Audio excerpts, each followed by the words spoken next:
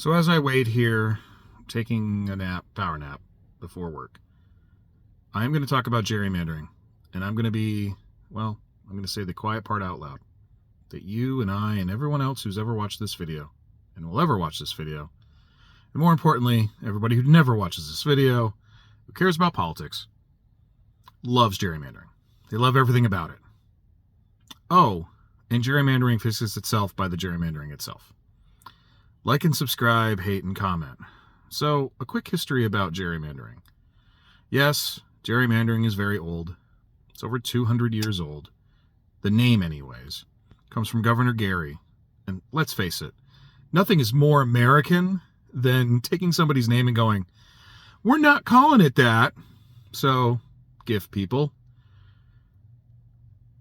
Gerrymandering, of course, was Governor Gerry, who created districts, and one of them looked like a salamander to get his buddies elected. It's actually older than that. It's actually older than the Republic. In fact, during colonial times, there's enough evidence to show that the Virginia House of Delegates did the same frickin' thing. Now, yes, everybody hates it in politics when the other side wins. It's horrible. As a Republican, I hate what they're doing, what they've done in Maryland, and the fact that they're trying to get another seat. It was horrible what they did in Virginia. It's thoughtless what they're doing in New York, where they might even try to make 26 Democratic seats. But of course, it is a whimsical and important thing what they're doing in Florida and Kentucky and Louisiana. Because of course it is. Everybody absolutely loves gerrymandering. Until they don't. Now, they hate the other side doing it. But it's always going to be there. And there will always be gerrymandering. Because what you think is a fair district is to somebody else a gerrymandered district. So I'm going to give you a perfect example. You've seen the maps of Illinois that makes the weird kind of like C shape. And that is created in Chicago so that they can create a district for Latinos surrounded by a district for blacks. Now, you could cut the districts in half, but the reason why they did that is basically because of political pandering. And this is why gerrymandering is a self-correcting problem. It will correct itself. So, the South was highly Democratic, little d, for a century.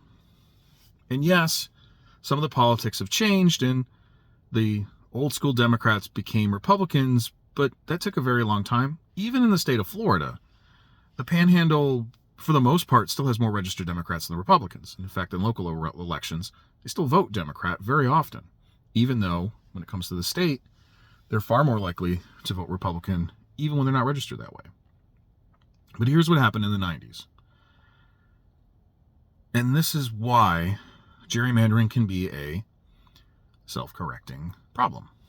So, Democrats learned all they had to do was put a lot of black people in a district with a bunch of white people.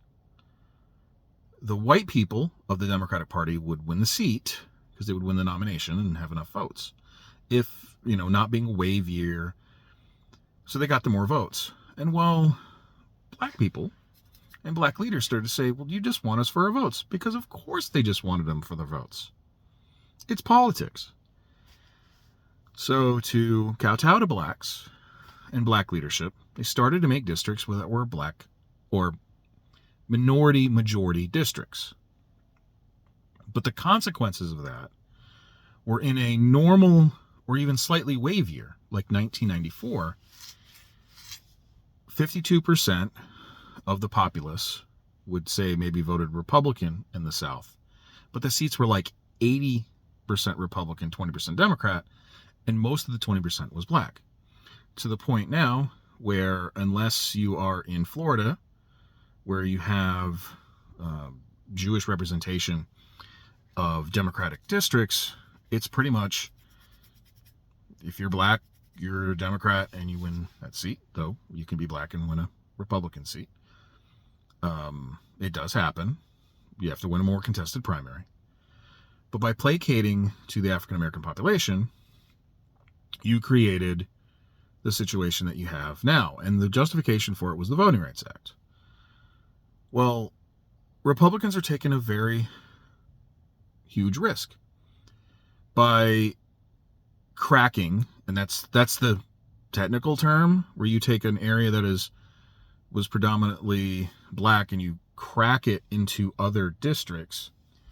You could have the situation in which, yes, you will have less African American representation, but you will also have more Democratic representation. With the new map created in Florida, in a normal year, 23 to 24 Republican, 4 to 5 Democrat. But this should be a swing year for Democrats. In fact, 25. Now, granted, District 25, which is South Florida, which kind of, and again, what your gerrymandering looks like could be my normal. So, for the most part, these are square boxes in Florida.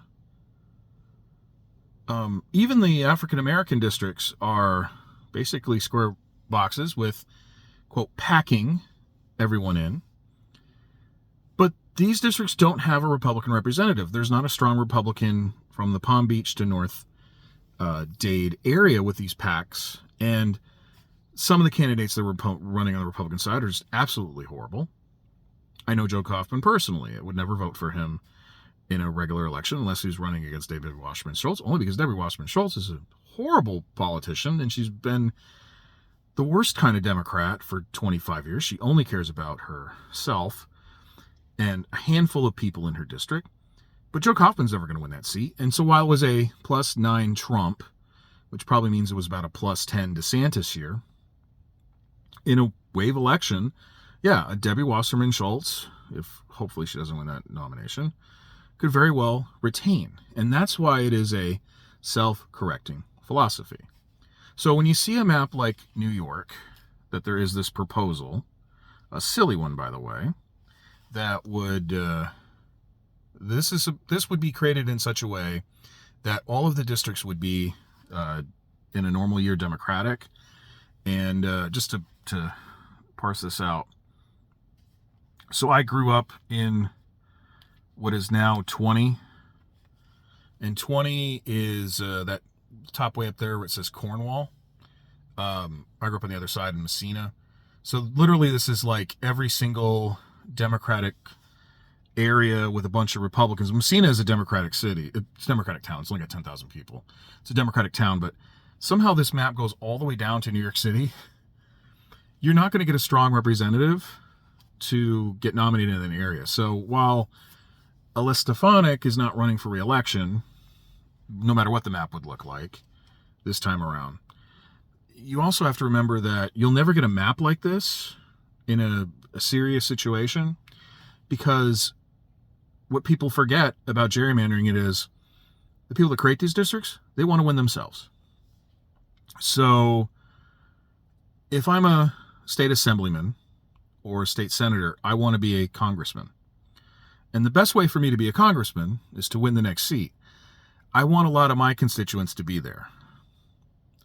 There will always be gerrymandering because people want to have a job. People want to have the next job. They want their side to win. They want their kids to win, or their wife to win, or husband, or daughter, or best friend, or their party.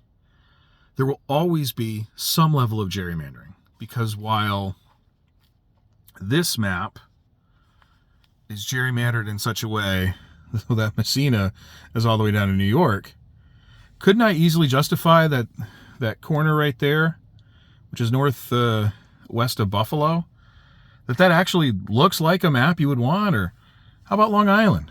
Like on Suffolk County there. Like, yeah, why can't it be split in half? Well, it's split in half that way to guarantee that in a normal year you get 2 Democrats. You split it this way, you'll get a Republican and a Democrat in a normal year. And don't think of this as just an American problem. So in Canada, and Canadians will look at a video like this and go, well, we have an independent commission that picks all the districts and blah, blah, blah, blah, blah. And our commission head has no say in the elections and he creates the districts. And yeah, well, you have 4 votes for Prince Edward Island, a province of 130,000, 1 representative every 35,000. The territories get 1 representative for about every 35,000, and Alberta gets 1 representative for every 110,000. And in Ontario, you can create the districts to make, again, areas that are mostly Jamaican Canadians, or in Montreal, mostly allophones, which don't speak English or French, as a primary, because you want to have somebody as their representative. And when push comes to shove in the United States, California and Virginia have rules on the books about independent commissions, and you know what? Team Blue, in this case, wanted their votes. They wanted to up their numbers, so they went to the voters and said, hey, let's go stop Big Orange Man in the White House. Okay, let's get rid of our morals and let's go back to gerrymandering, because that's what they wanted to do anyways. And the reason why it got passed is because the governor was there, and, well, same thing. Except it wasn't, in that case, it wasn't evil President Bush. It was, hey, I know the minute I'm out of here, it's going to be a Democratic governor, and I want some balance, and so, hey, let's, quote unquote, have a nonpartisan committee to come together. And in those nonpartisan committees, by the way, people learned to gerrymander the system. They learned to game the system so that you could cut Orange County in a way that didn't have any representatives when Orange County was that were Republican in an early year, when Orange County generally had at least 1 or 2. It was one of the most conservative areas in the state of California.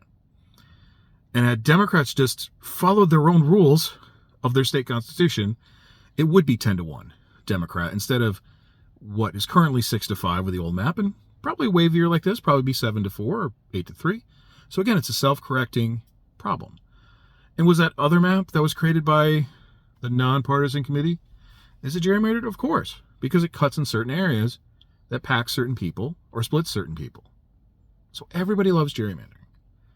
And the alternative, which would be proportional representation, isn't really a starter for most Americans, because when they find out they can't actually vote for a person, they vote for a party. People don't have strong convictions to be a Republican or a Democrat, other than the people that always vote in primaries. They have a strong conviction to their party. That's why they vote in a primary. For the general populace, they don't want to have 100 Donald Trumps, and they don't want to have 100 anti-Donald Trumps. So like and subscribe, hate and comment, but you, my friend, love gerrymandering. Unless your name is David Marcus. He's the only person I've ever known who loves politics, has been involved in politics, and hates it when Team Blue, his side, and when Team Red does it. Though, again, everybody can come up with a reason to create a district that will artificially help one side or the other.